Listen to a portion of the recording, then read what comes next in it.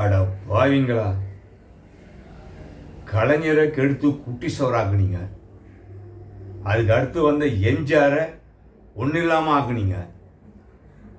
அதுக்கடுத்து அந்த அம்மா ஜெயலலிதா வந்துச்சு, அவங்களையும்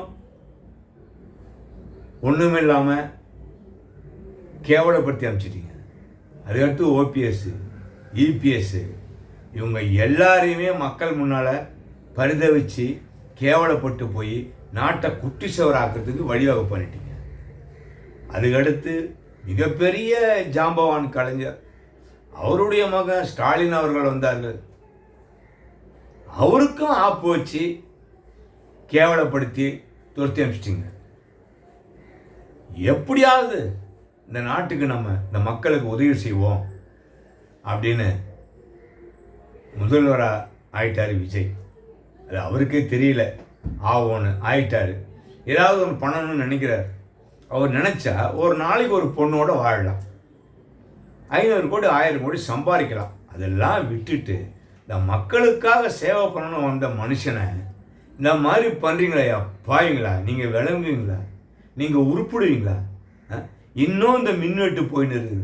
இதுக்கெல்லாம் யார் காரணம்? உங்களை தான் ஏன் சொல்கிறேன். மரமண்டைங்களே, இந்த ஐஏஎஸ் ஐபிஎஸ்னு முத்திரை குத்தி உக்காந்துருக்கிறீங்களே, அயோக்கிய ராஸ்கலுங்க, உங்களை தான் ஏன் சொல்கிறேன்.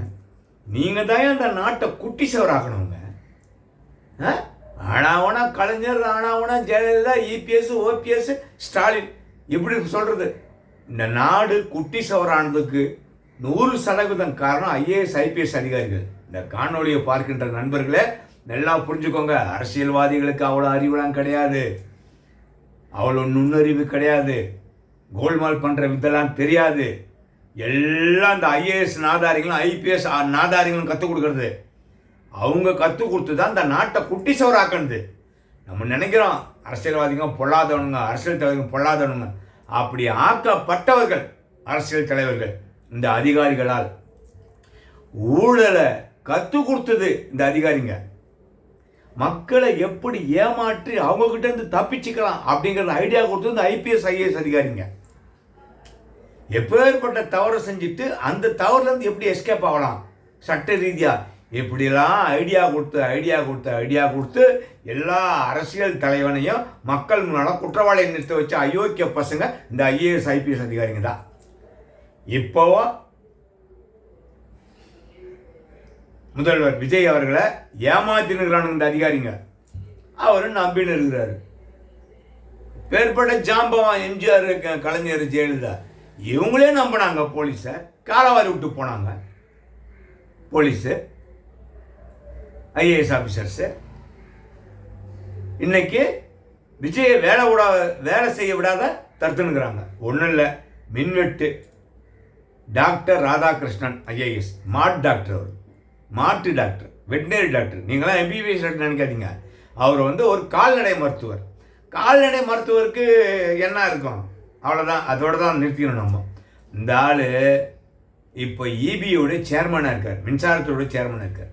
இவர் அண்ணா திமுக வாழை காட்டுவார், திமுகவுக்கு தலையை காட்டுவார். அவ்வளோ பெரிய தில்லாலங்கடி இந்த ராதாகிருஷ்ணன்.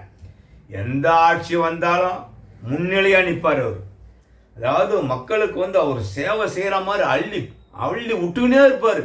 செஞ்சுன்னு அப்படி செய்யணும் இப்படி செய்யணும், எல்லா அயோக்கியத்தனமும் அந்த அலசி பண்ணவர். வெள்ளத்தோடு போட்டவனா நல்லவனா நினைக்காதீங்க, புரியுதுனா? முதல்ல இந்த மின்வெட்டை நீங்கள் சரி பண்ணணும். அப்படின்னா இந்த ஐஏஎஸ் அதிகாரி ராதாகிருஷ்ணன் தூக்கி வெளியே போட்டு ஒரு நல்ல அதிகாரி போடுங்க. நான் சொல்கிறேன், முதல்வர் விஜய் அவர்களுக்கு சீர்தூக்கி பாருங்க. மக்கள் உங்களுக்கு ஓட்டு போட்டிருக்காங்க. ஒன்றும் இல்லை, நம்ம பர்கூர் தொகுதியை ஸ்மார்ட் சிட்டி ஆக்கினாங்க ஜெயலலிதா, பிரமாதமாக்கினாங்க. அதே தொகுதியில் அதிமுக பயங்கரமாக மண்ணை கவிச்சு தோற்று போச்சு. ஸ்டாலின் அவர்கள் ஏற்கனவே சொல்லியிருப்பேன் நினைக்கிறேன். என்ன மாதிரி ஆக்குனாரு நம்ம குளத்தூர் தொகுதியை வச்சாங்க பார்த்தீங்களா ஆப்பு.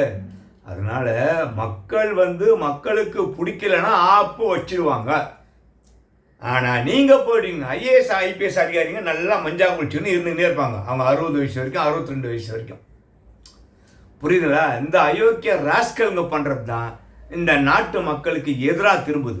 இந்த நாட்டு மக்களுக்கு எதிரான வேலைகளை முதல்வரை செய்ய தூண்ட வைக்கிறாங்க. அவருக்கே தெரியாது முதல்வருக்கே நாம் செய்கிறது சரியா தப்பானு. அந்த அளவுக்கு மிஸ்மரிச்சு பண்ணி இந்த நாட்டு மக்களை அடிமைகளை ஆக்கி, நாட்டை ஒன்றும் இல்லாமல் குட்டி சோறாக்கி, இந்த அரசியல் தலைவர்களை நாட்டு மக்கள்கிட்ட குற்றவாளியை நிறுத்தி வைக்கிறது எல்லாமே இந்த ஐஏஎஸ் ஐபிஎஸ் அதிகாரிகள் தான். இவங்கள குடிமையை நீங்கள் பிடிச்சி வச்சுக்கணும், ஒழுங்காக கேட்கணும், ஒழுங்காக சொல்ல வைக்கணும் அவங்கள, புரியுதுனா? அதுக்கு நீங்கள் ஒரு டீம் ஒன்று ரெடி பண்ணணும், உங்களுக்குள்ள ஒரு டீம் ரெடி பண்ணணும். ஆனால் அவங்க உங்களுக்கு ஆப்பு வச்சிடக்கூடாது. ஏன்னா இதே ஐஏஎஸ் ஐபிஎஸ் ஆஃபீஸர் உங்களுக்கு வைக்கிற ஆப்பு அவங்க வச்சிடக்கூடாது. அதனால் இந்த ஐஏஎஸ் ஐபிஎஸ் அதிகாரிகளை நீங்கள் கைக்கூலியே வச்சுருக்கணும், கண்காணிப்பு அதிகமாக இருக்கணும். இல்லை அப்படின்னா எல்லாருக்கும் வந்த நிலைமை கண்டிப்பாக உங்களுக்கும் வரும். மரியாதைக்குரிய முதல்வர் விஜய் அவர்களே, என்னுடைய தாழ்மையான அறிவுரையை, தாழ்மையான தகவலை உங்களுக்கு தெரிவித்துக் கொள்கிறேன். அது என்னுடைய கடமை.